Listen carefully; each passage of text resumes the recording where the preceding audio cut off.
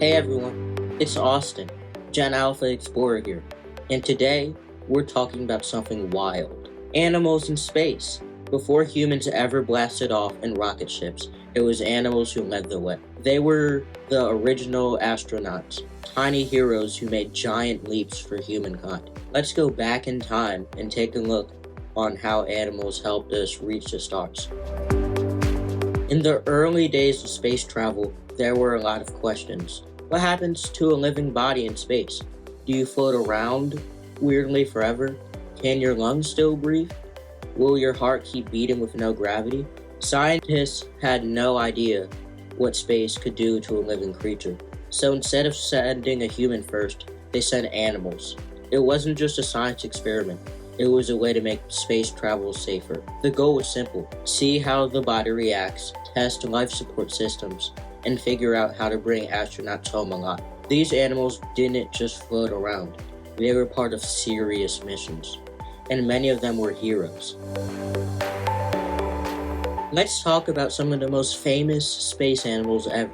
Laika the dog, the first animal to orbit Earth. She flew on the Russian satellite Sputnik 2 in 1957. She didn't come back, but she proved that a living creature could survive launch, weightlessness, and orbit for several hours. Thank you, Laika. Fruit flies. Believe it or not, the very first living things sent us to space were tiny fruit flies. In 1947, they rode a US rocket and came back alive. Monkeys. Like Albert II, the first monkey in space launched in 1949. And Han the chimpanzee in 1961 actually pushed the buttons during his flight. He was trained to do tasks, and he nailed it. Mice and rats. These tiny astronauts help test how bones, muscles, and brains react to zero gravity. Tardigrades. These are the craziest ones. They are microscopic water creatures that can survive radiation, freezing cold, boiling heat, and even outer space with no air at all. They're basically little space tanks. So what did we actually learn from sending animals to space? A lot. Like how the brain and body react to zero gravity. Animals helped us figure out how blood flows in space, how the heart beats, and what's happening to muscles and bones when you're floating for days. How to create safe food and oxygen systems. Animals tested what works and what doesn't, and helped the scientists design life support for humans. How to build spacesuits, seats, and re-entry systems. From crash tests to temperature control. They helped fine-tune the tech humans needed to survive the trip. Without animals, humans might have never made it to the moon. They were the test pilots for the greatest journey ever. Okay, but what about today? Could animals actually live on the moon or Mars? Right now, the answer is not yet. There's no oxygen. The air pressure is too low. It's either freezing cold or burning hot. On Mars, it can be -80 degrees at night.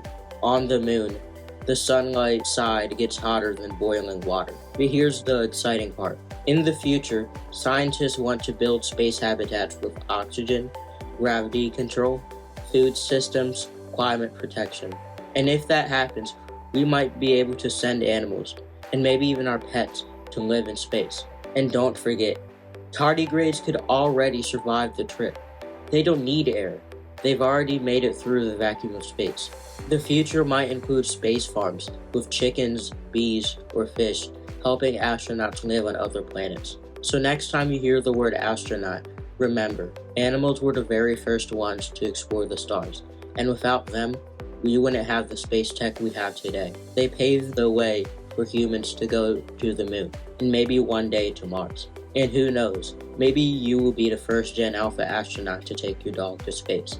If you liked this video, hit that like button, subscribe, and drop a comment. What animal would you take to space with you, and why? I'll be reading the comments, and I might shout out some of your ideas in the next video. Thanks for watching Austin Gen Alpha World. Until next time, keep exploring the stars.